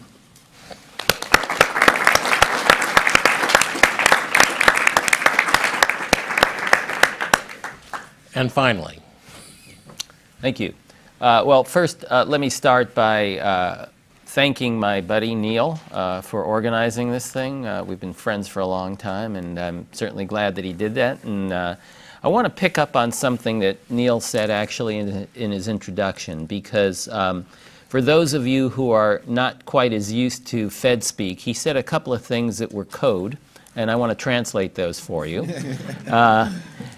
He was very careful to make clear of the importance of the topic and its fit with the Fed's role. And he did that, I think, for good reason. And the good reason is that government people, and I was one for 3 years along with Neil, are somewhat sensitive to these issues. So the Fed, of course, is very protective of its independence, but conversely, those people who are in the executive branch also feels that it's their role to engage in fiscal policy. And the question then becomes, what is the role of the Fed in this exercise of thinking about inequality? So I'd like to sort of help out by giving Neil and his colleagues a bit more reason to think about this and a little bit of a direct connection there. Let me apologize just at the start to the audience. I'm kind of a little bit off key here. I'm going to do two things. One will be on key, but the other, what I'm talking about right now, is not really the subject of this session. Excuse me, I was placed in this session because I have we actually have teaching at Stanford. You may not think so, but we actually do. And we honor our obligations, and I have to be back to teach at 8 tomorrow morning. So unfortunately, this would have been more natural tomorrow afternoon, but the Fed officials allowed me to go now. So apologize to particularly my co-panelists here for sort of leading us off in a slightly different direction. All right, so what's the primary role of the Fed? Well, the primary role of the Fed, of course, is the two mandates, is to control inflation and employment. And what I'm going to argue is that that's completely consistent with worrying about inequality.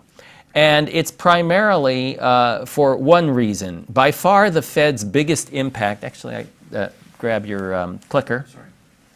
By far the Fed's biggest impact on inequality is through its ability to dampen the business cycle. So if I think about the point that Neil raised at the beginning and Bill was just talking about in terms of ratios of unemployment rates, I would focus on a slightly different ratio. It wouldn't be the ratio of unemployment rates among blacks to whites, but rather the ratio of the unemployment rate during booms and during downturns.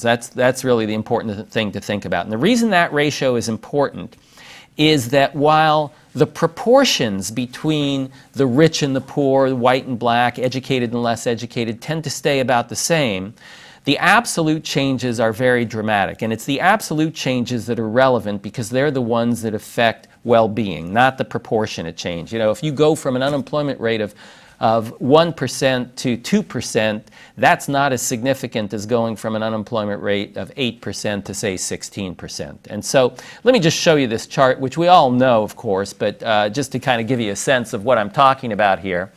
If you look at the unemployment rate for people with more BA or more, so college education or more, what you see is during the downturns, the 4% is the high that we reached there. At the best times, you get an unemployment rate of 2%, so it about doubles. And the same is true if you look at people who are less than high school. It about doubles as well, a little bit more.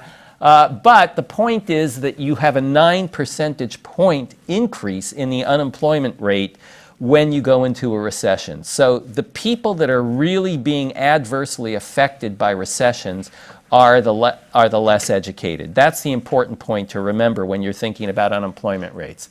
And similarly, just to pick up on your stuff, Bill, if you look at this for different ethnic groups, if you look at whites, well, yeah, it's true. Their unemployment rate goes up and goes up quite significantly.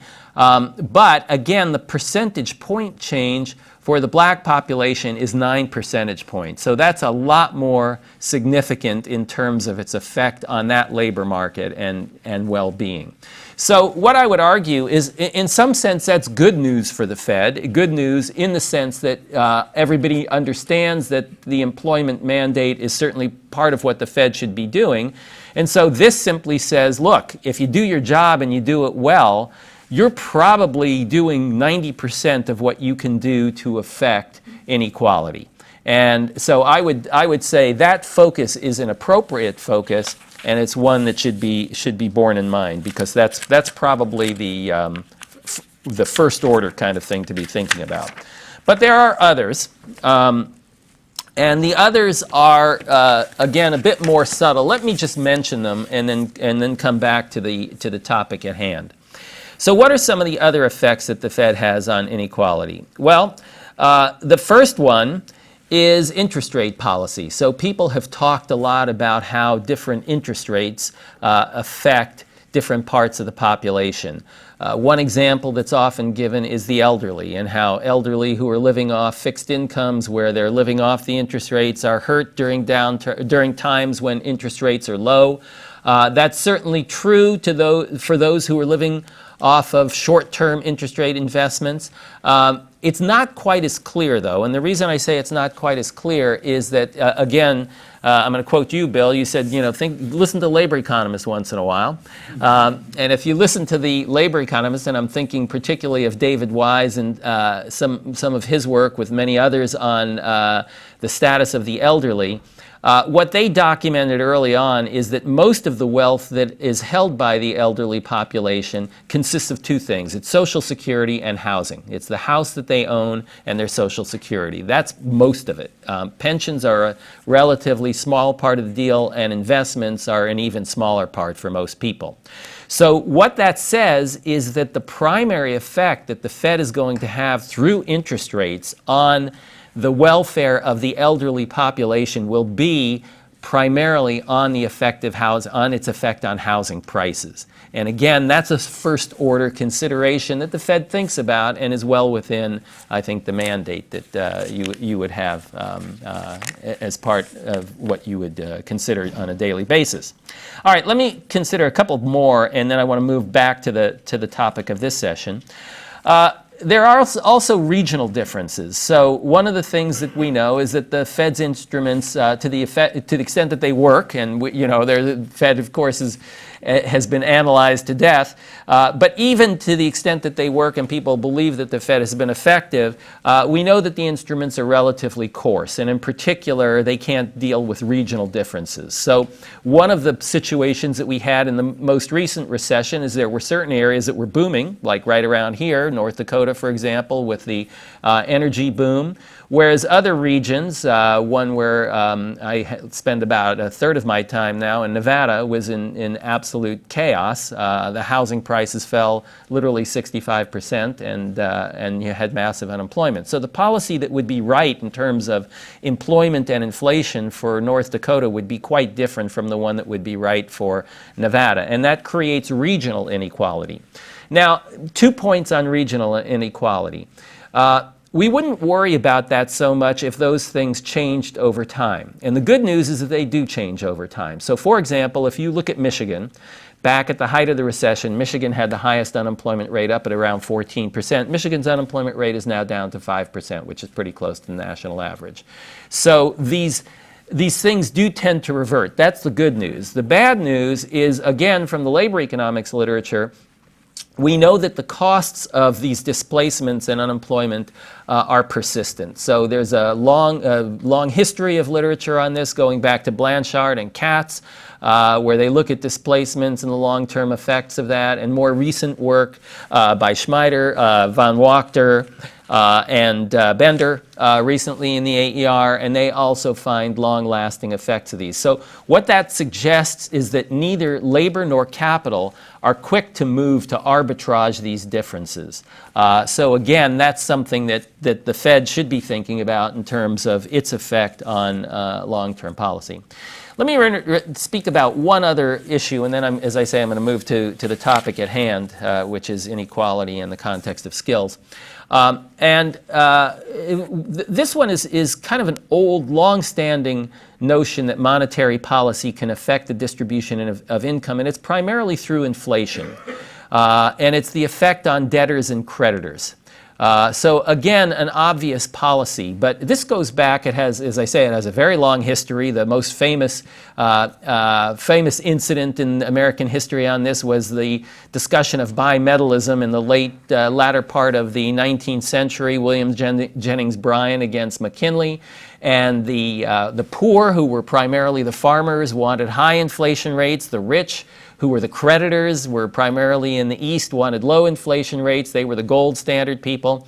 McKinley won, the gold standard guys won, and that was a policy where you have, again, the Fed having, that wasn't the Fed in those days, but monetary policy having direct effect on inequality. So there is a long history of this, and particularly not only in terms of inflation, but more recently in more subtle forms as it affects asset prices. And again, lots of discussion in the Wall Street Journal and other popular business press about how the Fed can affect asset prices, and may have over the past 8 years or so. And that has, again, significant effects on income inequality. The problem with all of these is that while they are important to recognize, they're pretty tough for the Fed to control for two reasons. One is lots of times you got things going in opposite directions. The effects are pretty subtle. We don't know where we're going. And the second point, and again coming back to Neil's introduction, is that the Fed has a mandate, and the Fed's mandate does not explicitly consider inequality. It does implicitly consider inequality, and so what I would argue is that the Fed has the ability to address inequality, but primarily through its weighting of employment versus inflation. That's the way that the Fed affects inequality. If the Fed is concerned about inequality, it understands that its effects on employment are going to have primary effects on the poor, and its inflation policy at the same time goes in the same direction. Why? Well, because if you have a loose money policy, that's a high inflation policy. If it's unanticipated, that affects debtors favorably and creditors adversely, and it also affects employment if you believe that the Fed can actually affect that. So basically, if you stay within your mandate and you do your job, you're primarily doing what I think would be positive in terms of affecting inequality, and it's just a question of choosing the weights. All right, let me switch now to a different topic, and I actually had a couple of things I wanted to say about this, but Janet and I were chatting about this before the panel, and this kind of made me refocus and think about this in a somewhat different way. What I'd like to talk about now is really the subject more of the second panel than this one, and it's about skill formation. And I've spent a lot of time, a lot of my life thinking about this. My dissertation was on human capital. That was 43 years ago, something like that, a long time ago. And I've worked on this topic on and off since then.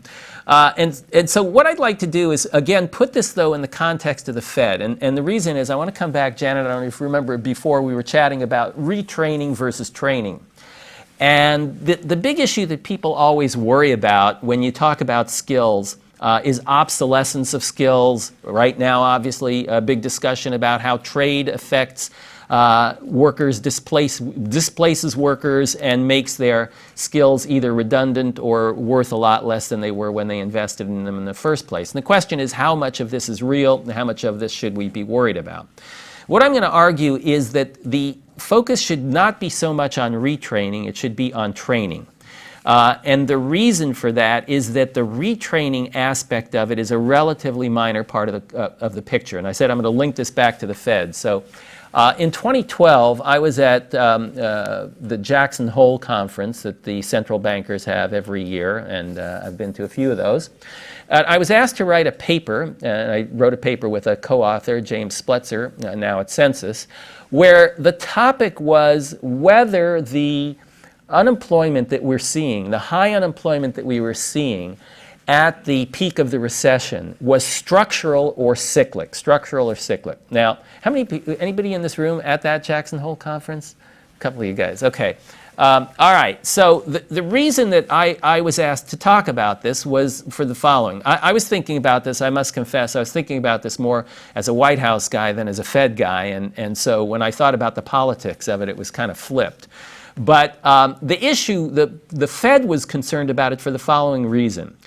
If the high unemployment rate and low employment rate that we saw at the time was a structural problem, that's not something that the Fed can fix. That's not something that lends itself well to monetary policy. On the other hand, if it were a cyclical problem, that's something that the Fed at least has a shot at dealing with. So the hawks obviously wanted to think about this as a structural problem because they didn't want the Fed to be aggressive at the time, and the doves wanted it to be a cyclic problem. I was a little bit naive. I shouldn't have been, since I've spent a lot of time in government, but I was a little bit naive on this, didn't really think about that too much in preparing my paper or my comments. But that was really the central focus of this session, and really much of that meeting. And in fact, your former president, Narayana Kocherlakota, was at that meeting and claims to have been influenced by that work in terms of changing his view on what the Fed should be doing. Now, what I concluded was that, in fact, the evidence suggested overwhelmingly that the pattern was cyclic and not structural. And the reason was the following. What I did was I looked at the change in the unemployment rates as we went up into the recession, and I looked at the effects of the change in unemployment rates as we went down back into the recovery. And what I found was that the composition of unemployment as we were going up was mirrored by the composition of unemployment going down. So what that means is if you look at construction, retail, business services, what you find is they account for about 50% of the increase in unemployment going up. And similarly, if you look at those same industries going down, sorry, not business services, manufacturing, construction, retail, manufacturing, and if you look at those same three industries going down, they account for about 50% of the gains in employment on the other side. So basically, it looks like we are retracing our footsteps. It doesn't look like the inability to turn a forklift driver into a nurse, which we think of as the structural problem. All right? So what that says is that the business cycle phenomenon was not a structural phenomenon, it was a cyclic phenomenon. I still believe that. In fact, I updated it just recently through 2016, and exactly the same pattern holds through 2016. That does not say we don't have structural problems in the labor market, but what it says is those structural problems are more long-term problems rather than cyclic problems. So while it doesn't explain the business cycle, it does explain the long-term situation. What do I mean by that? Well, if you look at the ratio of vacancies to unemployment rates, what you see is if you're looking at people in professional services, the ratio of vacancies to unemployment rates is high, and it's always high. If you look at the ratio of vacancies to unemployment rates in construction, that ratio is low, and it's always low. Now, the reason that's an issue, and the reason that's an important issue relevant to what Janet and I were talking about before, is that tells you that the problem that we're talking about here is training and not retraining. And the reason I say it's training and not retraining is this is not people losing their jobs who can't get their jobs again. This is people who don't get the jobs in the first place, who simply are not trained to deal with the modern labor market. I have 5 minutes. I'm going to just take one or two more. Let me close with with some remarks on a study that I did with a former student of mine who is now at the IAB in Nuremberg in Germany. We compared the German labor force to the American labor force just recently, and we looked at the distribution of wages among Germans and among those people in the United States who had different levels of education. So in Germany, you may know Germany is well known for its vocational training programs, probably among the best in the world. In the United States, we're well known for our college education, tertiary education, graduate education, probably the best in the world. And what you see is that the ratio of wages among college-educated to high school graduates, let alone dropouts, high school graduates, that ratio is much higher in the US than it is in Germany. So what we see is that the people in Germany, although they're less likely to get college education, significantly less likely, their wages, they do much better relative to college graduates than do Americans without college education.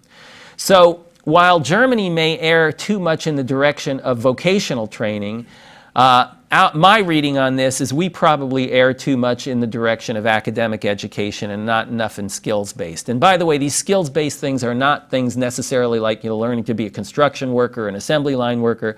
They can be very high-level jobs. I ran into some kids who were in vocational training to be physicist assistants. They were taking calculus. They end up working in a physics lab. These jobs pay over 100,000 euros a year. So, we're not talking about low-level vocational training for the most part. So what I would urge is that at least in the next session, I apologize to you guys. I wish I could actually be here for that one. It's near and dear to my heart. I hope that at least the issue of skills will get some attention in that. I think that's a very important component. It's not been overlooked. There's been a tremendous amount of research on it, but it's something that I think is first order in terms of addressing these issues. So thanks very much.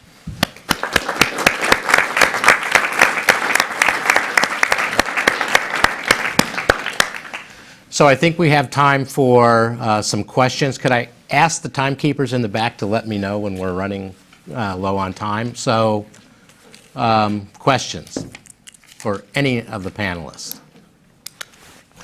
Please identify yourself when you... I'm Jim Schmitz. I work at the Fed.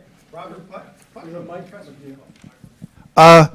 There's a colleague of yours at Harvard in the economics department, Benjamin Friedman. Do you know him? Yeah, sure. Yeah. So he wrote a book about democracy and growth and talked about how people are a lot more generous during good times. So the 50s was a great period of economic growth. And so have you thought about his story lining up with what you're talking about? Yeah. Am I on? So did you hear my question? I did absolutely hear your question.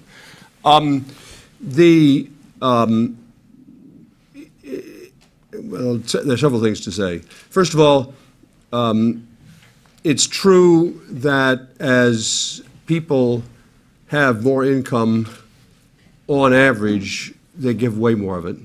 So there's a positive relationship between income and absolute generosity. But it's not true that there's that relationship between how much people get relative generosity, that is a fraction of the income that they give away, and their absolute income. Indeed, across people and across time, those are more or less orthogonal. So the 50s and 60s were a peak time in relative relative generosity, but we had boom times in the 90s, and the relative generosity was very low, and we had really bad times in the 30s, and relative generosity was relatively high and rising during that period.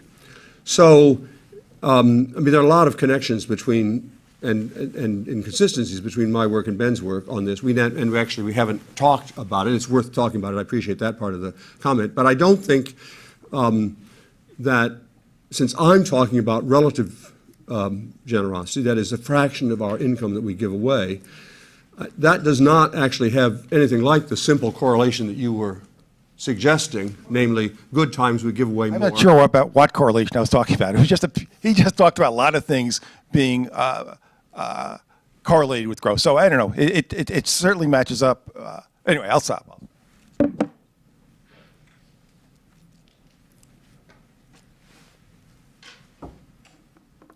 Microphone for the president. This is to anybody. When I travel around the district, I hear a lot of businesses saying, we can't find workers, we can't find skilled workers. So my first question to them always is, have you raised your wages? No. So then I said, okay, well then you're not that serious. And then number two, they say, well, we can't find people with the skills we need. And so then I say, well, why don't you train them? And the usual response I get back is, we can't find workers who are trainable. We can't find workers who will show up every day at 8 o'clock. We can't find workers who aren't on drugs, who are worth investing in, so to speak. I'm just curious, any reaction any of you have to that comment? Do you believe it? Do you think it's different now than at other times? Is it getting better? Is it getting worse? I'm just curious from your perspectives. Janet. Yeah, I want to say something about that because I think people think that health is a completely different thing than skills. And a big part of health is very related to things like, do you show up every day to work? Are you on drugs? And so on. Some of this work that I was talking about, looking at the long-term effects of Medicaid for the cohort that were covered from birth, is showing reductions in hospitalizations. And among young adults, one of the primary reasons why people are hospitalized is for mental health problems, including substance abuse. So there is evidence that giving people access to health care throughout their lives results in less disability of that type and presumably more workers. Well, I'll just reiterate what I said, Neil. I think that there is strong evidence to support the contention that there are not workers available. And when you said, why don't you raise wages, there's a bit of a puzzle because the structural data that I gave you earlier about high vacancy rates to unemployment rates in one occupation and the reverse in another occupation suggests there should be arbitrage. Either capital should move into the occupation where there are lots of people, or workers should move into the occupation where there are lots of jobs. And the problem is we don't see that mobility. And I think that the lack of mobility is at best a puzzle for economists. We don't really understand that very well. These things should not be persisting for long periods of time, and they seem to be. It's not related to what I talked about here, but it is maybe related to what my previous book, which was about the growing gap between rich kids and poor kids in America. That is, kids coming from educated, affluent homes and kids coming from less educated, poor homes. And that it didn't mean Bill Gates's kids to homeless kids. It meant basically upper third kids coming from college-educated backgrounds, comparing them to kids coming from high school-educated backgrounds, and the short story is, while they're young, while kids, let's think about the kids on the downward part of that, kids coming from less educated homes, it's not just skills that they're not acquiring. They're acquiring all sorts of, you could call them soft skills, or you could call it character. It's nothing like genetic or cultural in the way, but it's. For example, there's a growing gap like that in terms of taking part in extracurricular activities. We know, because there's really good research, that taking part in football and band and chorus and so on, actually, net of other stuff, contributes to lifetime income into employment because employers were willing to pay more for the soft skills, that is, you show up and you stick to your job and you worry about the team results and not just your own, that people learn in sports. And I'm just using one example out of dozens. And so when you go to these kids that we interviewed coming from poor backgrounds, it is of course true that they don't have the right, skills to be in either a nurse or a high-end construction worker, but they don't have that's the least of their worries, and it would be very hard for an individual employer to reproduce the stuff that they didn't get when they were not taking part in high school football. Is that making sense? I was astounded when I talked to manufacturers in 2010 and 2011 when they said they couldn't find any skilled workers. And we would point out, look, there's still hundreds of thousands of manufacturing workers with associate's degrees, not the ones that we imagine being displaced because they were dropouts and just jumped in, and relatively young, highly skilled workers, not dinosaurs. I'm still quite convinced that we disrupted the job networks in a way that was very fundamental, and the employers who look for a certain set of skills still rely on job networks to inform them about, do I think someone's reliable enough to show up? And their impression of how do I get that kind of information is still very dependent on networks which have been shattered, and they don't have a good way to reconnect to them. And yes, they're going to have that leap because once their network is empty, if they actually have to recruit, this is far more expensive for them. And they are going to have to think about, how do I raise wages because now I'm in the open market. I think that's what we are still suffering from, and I think that's what you still get employers repeating. It will take a while to heal our networks because this recovery has been so slow in returning us to normal levels of labor force participation and employment to population ratios. And I think we just have to be patient with that. And I'm convinced eventually these things will heal. If not, that employers will have to learn to adapt and have more open methods and better ways of discerning who really, in an open method, they can choose from.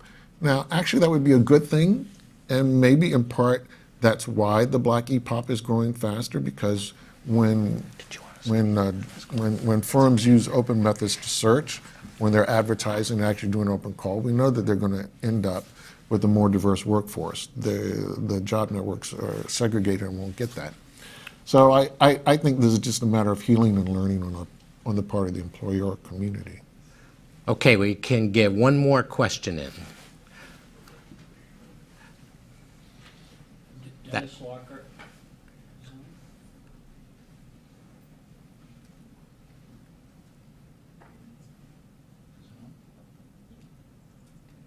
All right. Dennis Lockhart, formerly Atlanta Fed. And I'll address this to Bill Spriggs first. There's an argument out there that I have heard, I hope I do justice to it, that the relationship between wages and unemployment is driven by global effects of capacity around the world, and therefore the reason wages have not responded is because in many industries, employers have options in terms of sourcing. They can source offshore. And therefore, the real and underemployment question is a global one. And employers with options are not going to raise wages when they could, in fact, go somewhere else to source the same work, whether that be production work or services of some kind. What do you make of that argument, Bill? I definitely agree that it's a and I got the red card already. I definitely agree that is a huge source of pressures. In the unionized sector, where outsourcing is a real threat, it is a real threat, and it dampens collective bargaining. So models that envision forward-looking labor contracts that will get you escalating wage pressures, not going to happen. But it's still conceivable that within the more narrow band that you could see some pressures, but that's part of the reason I just don't think it's quite possible to replicate the stagflation of the early 1980s, late 1970s. I don't think that's possible because 6% of the private sector is unionized. And that 6% is highly constrained by this phenomena, and it's real. So when we get closer to full employment, I think as my work indicates, you're not going to see wage pressures, you're just going to see the deepening of these job networks. And regions and groups that have been left out will just get better job networks. It'll make the economy work more efficiently, and it doesn't produce wage pressures. It's going to just be that these networks are more effective. Okay, join me in thanking the panelists.